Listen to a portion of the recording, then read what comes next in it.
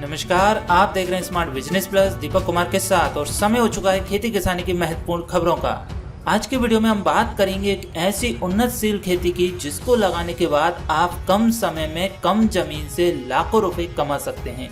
कैसे कमा सकते हैं सब कुछ जानेंगे विस्तार से। कृपया वीडियो को लास्ट तक देखते रहिएगा। जानकारी पसंद आ जाए तो लाइक करें, किसान भाई के साथ शेयर करें और पहली बार हमारी वीडियो देख रहे हैं तो सब्सक्राइब करें smart business plus YouTube channel को और प्रेस करें बेल आइकन नोटिफिकेशन को।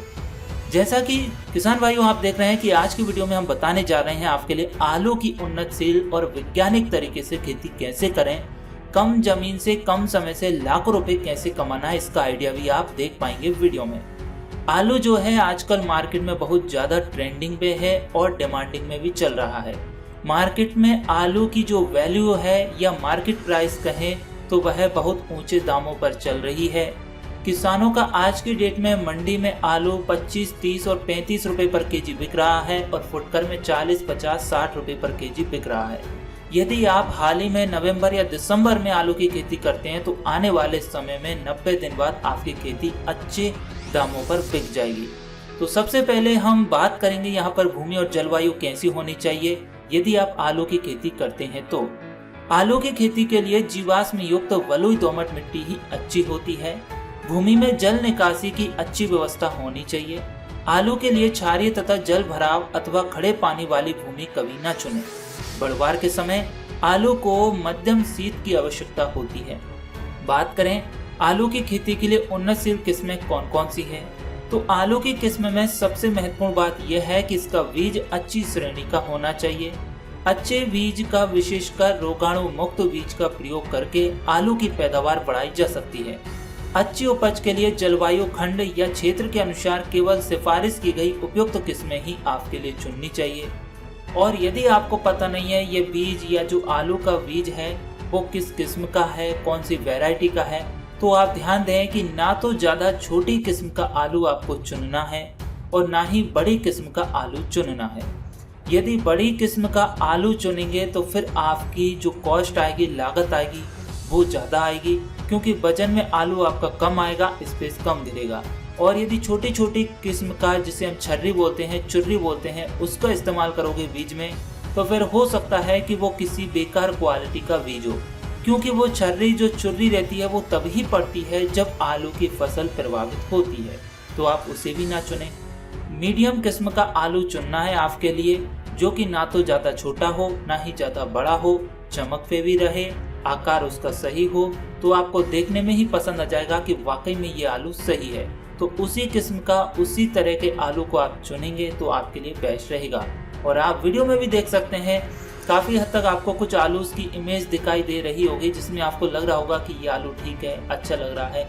मार्केट में भी हम खरीदने जाते हैं तो आलू एक नज़र में पसंद आ जाता है। कई तरह के आलू रहते हैं, जैसे छोटी छुर्री भी रहती है, बड़े आलू रहते हैं, लंबे रहते हैं, गोल रहते हैं, तो आकार में भी पसंद आ जाता है। तो आकार भी आपको ठीक रखना है, फिर भी उसका एक सही आकार और सही जो वजन रहता है आलू का वो हम बता देते हैं। 3 से 3.5 सेंटीमीटर का तो आकार होना चाहिए उसका, और 30 से 40 या 50 ग्राम तक का भार वाला आलू आपको बीज में चुनना है। ये दो बातें आप ध्यान दीजिएगा तो आपका काम आसानी से बन जाएगा और आपको परेशानी नहीं आएगी। बात करें आलू बुआई के समय और बीज की मात्रा क्या होनी चाहिए, तो उत्तर भारत में जहां पाला पड़ना आम बात है, आलू को बढ़ने के लिए कम समय मिलता है। अगेती बुआई से बढ़वार के लिए लंबे समय तो मिल जाता है परंतु उपज अधिक नहीं मिलती, क्योंकि ऐसी अगेती फसल में बढ़वार व कंद का बनना प्रतिकूल तापमान में होता है। साथ ही बीजों के अपूर्ण अंकुरण व सड़न का खतरा भी बना रहता है। अतः उत्तर भारत में आलू की बुआई आपके लिए कुछ दिसंबर के अंत तक पूरी कर देनी चाहिए और उत्तर पश्चिमी भागों में आलू की बुआई का उपयुक्त समय अक्टूबर माह का पहला पखवाड़े से लेकर नवंबर माह तक रहता है और पूर्वी भारत में आलू अक्टूबर के मध्य से जनवरी तक बोया जाता है। आलू की फसल में पंक्ति से पंक्ति की दूरी 50 सेंटीमीटर रखनी है, पौधे से पौधे की दूरी 20 से 25 सेंटीमीटर रखनी है। इसके लिए 20 से 25 क्विंटल प्रति हेक्टेयर बीज पर्याप्त रहता है। इसके अलावा इसमें थोड़ा बहुत बीज ऊपर नीचे या कम ज्यादा भी हो सकता है, क्योंकि डिपेंड करता है किसान भाइयों के ऊपर, और किसान इसमें खुद नहीं लगाते। जब बड़े स्तर पर करते हैं तो लेबर लगाती है, तो लेबर इसमें कम ज्यादा कर देती है डिस्टेंस को, तो उसमें बीज भी कम ज्यादा आपका हो सकता है। बात करें बुआई की विधि के बारे में, तो पौधों में कम फासला रखने से रोशनी, पानी और पोषक तत्वों के लिए उनमें होड़ बन जाती है। फलस्वरूप छोटे माप के आलू पैदा होते हैं। अधिक फासला रखने से प्रति हेक्टेयर में पौधों की संख्या कम हो जाती है, जिससे आलू का मान तो बढ़ जाता है परंतु उपज भी घट जाती है। इसीलिए कतारों और पौधों की दूरी में ऐसा संतुलन बनाना होता है, ना तो उपज कम हो न आलू की माप कम हो। उचित माप के बीज के लिए पंक्तियों में 50 सेंटीमीटर का अंतर व पौधे से पौधे का 10 से 15 सेंटीमीटर की दूरी रखना उचित मानी गई है। ये आपको विशेषकर ध्यान देना होगा। यदि 15 से 20 सेंटीमीटर भी रखते हैं तो फिर आपके आलू की जो माप है वो बड़ी होनी चाहिए। बड़ा आलू लगा रहे हैं तो 15 से 20 सेंटीमीटर का डिस्टेंस, यदि मध्यम आकार का लगा रहे हैं तो 10 से 15 सेंटीमीटर का डिस्टेंस आपको होना चाहिए, और थोड़ा और उससे छोटा लगा रहे हैं तो फिर आपको उसमें 7 से 12 सेंटीमीटर का गैप बीच में रखना है। ये आपको ध्यान देना होगा। यदि आप इस माप में गड़बड़ी करेंगे तो फिर आपकी उपज में भी गड़बड़ी होनी है, ये स्वाभाविक बात है। बात करें उर्वरकों का प्रयोग कब और कैसे करना है। फसल में प्रमुख तत्व अर्थात नत्रजन, फास्फोरस व पोटास पर्याप्त मात्रा में डालनी है। नत्रजन से फसल की वानस्पतिक पैदावार अधिक होती है और पौधे के कंदमूल के आकार में भी वृद्धि होती है, परंतु उपज की वृद्धि में कंदमूल के अलावा उनकी संख्या का अधिक प्रभाव पड़ता है। फसल के आरंभिक विकास और वानस्पतिक भागों को शक्तिशील बनाने में पोटास सहायक होता है। इससे कंद के आकार व संख्या में बढ़ोतरी होती है। आलू की फसल में प्रति हेक्टेयर 120 किलोग्राम नत्रजन, 80 किलोग्राम फास्फोरस और 80 किलोग्राम पोटास डालनी चाहिए। उर्वरकों की मात्रा मिट्टी की जांच के आधार पर निर्धारित करते हैं। बुआई के समय नत्रजन की आधी मात्रा तथा फास्फोरस व पोटास की पूरी मात्रा डालनी चाहिए। नत्रजन की शेष आधी मात्रा पौधों की लंबाई 10 से 15 सेंटीमीटर होने पर पहली मिट्टी चढ़ाते समय देनी चाहिए। यदि आप इस हिसाब से देते हैं तो आपकी फसल में किसी भी तरह की कोई भी दिक्कत नहीं आएगी। और इसके अलावा भी डिपेंड करता है किसानों की खेती करने की तकनीक, वहाँ के मौसम के ऊपर भी डिपेंड करता है कि किस तरह का मौसम बन रहा है और फसल को किस तरह की सामग्रियों की आवश्यकता पड़ रही है या उर्वरकों की या दवाइयों की जरूरत पड़ रही है, तो आप उसके अकॉर्डिंग भी चलिए। बात करें सिंचाई की तो आलू में हल्की लेकिन कई सिंचाइयों की आवश्यकता होती है, परंतु खेत में पानी कभी भी भरा हुआ नहीं रहना चाहिए। खूंडों या नालियों में मेड़ों की ऊंचाई के 3/4 से अधिक ऊंचा पानी नहीं भरना चाहिए। पहली सिंचाई अधिकांश पौधे उग जाने के बाद करें व दूसरी सिंचाई उसके 15 दिन बाद आलू बनने व फूलने की अवस्था में करनी चाहिए। कंदमूल बनने व फूलने के समय पानी की कमी व उपज पर बुरा प्रभाव पड़ जाता है। इन अवस्थाओं में पानी 10 से 12 दिन के अंतराल पर देना चाहिए।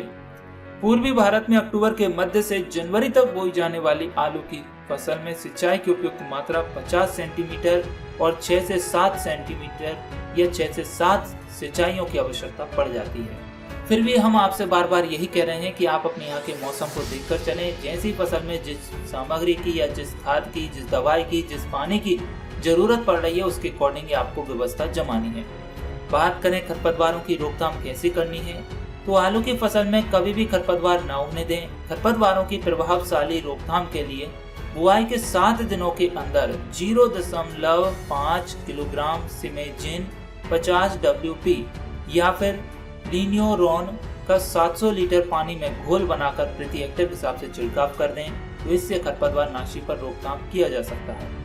बात करें आलू की फसल में लगने वाले रोग और कुछ कीटों की जो हमें सबसे ज्यादा परेशान करते हैं, जिससे फसल प्रभावित हो जाती है, तो कटुआ कीड़े का पौधों का उनकी जड़ों के पास भूमि के नीचे ही काट देते हैं। इनकी रोकथाम के लिए बुआई से पहले 5% एल्ड्रीन या हेक्टाक्लोर 20 से 25 किलोग्राम प्रति हेक्टेयर की दर से खेत की मिट्टी में मिलाएं। खड़ी फसल में कटुआ का प्रकोप होने पर उपरोक्त दवा का बुरकाव पौधों की निचली सतह पर करते हैं। और जैसे नर्म शरीर वाले हरे रंग के कीड़े होते हैं, वह भी पत्तों और अन्य कोमल भागों का रस चूस लेते हैं।